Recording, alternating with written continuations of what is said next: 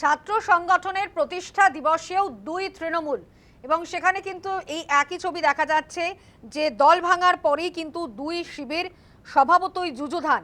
রানীর আসমনিতে সভার প্রস্তুতিতে ঋতগোষ্ঠী এবং অন্য সভার জায়গা পরিদর্শন এবং মাপযোগ শুরু করে দিয়েছে তারা।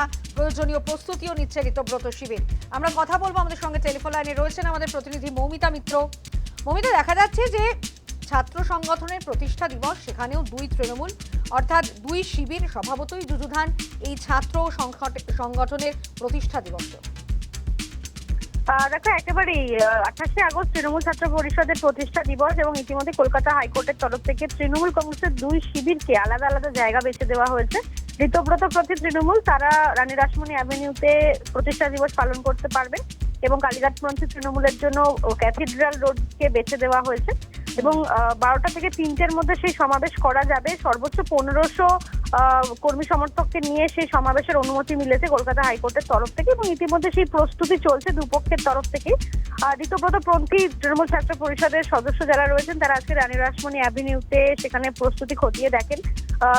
রাস্তার মাপযোগ, কতটা জায়গা জুড়ে মঞ্চ তৈরি করা হবে বা কিভাবে কর্মসূচি পালিত হবে সেই বিষয় নিয়ে খুঁটিনাটি পরিকল্পনা ইতিমধ্যে শুরু হয়ে গিয়েছে এবং ইতিমধ্যে আয়োজকদের তরফ থেকেও সমস্ত দিক খতিয়ে দেখা হচ্ছে। আজকে আমরা দেখলাম তৃণমূল ঋতব্রতপন্থী তৃণমূল বিধায়ক আখরুজ্জামান তিনিও এসেছিলেন এবং এছাড়াও ছাত্র পরিষদের যারা নেতৃত্বরা রয়েছেন তারা এসে সমস্ত বিষয়টা খতিয়ে দেখেন।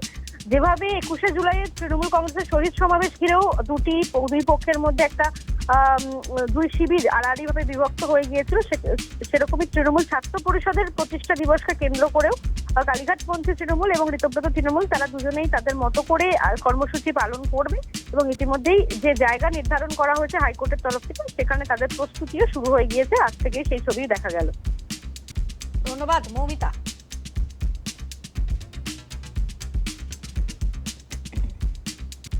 আখরুজ্জামান কি জানাচ্ছেন এই বিষয়ে শোনাবো।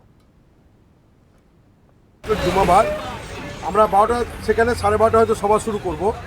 কালীঘাটপন্থীর কিছু সোশ্যাল মিডিয়া, ইলেকট্রনিক্স মিডিয়া সকাল 9টায় এসে ফাঁকা চেয়ারের ছবি তুলে নিয়ে গিয়ে বলবে লোক হয়নি।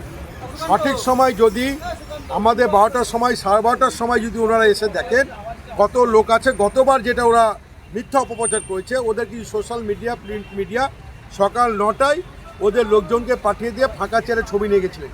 এই চালাকি বারবার চলবে না, এটা মানুষ ধরে ফেলেছে। ওনার টাইমটা দিয়ে যাতে ওনার যে সোশ্যাল মিডিয়া, ইলেকট্রনিক্স মিডিয়া পাঠাবে, টাইমটা দিয়ে যাতে ছবিটা করে।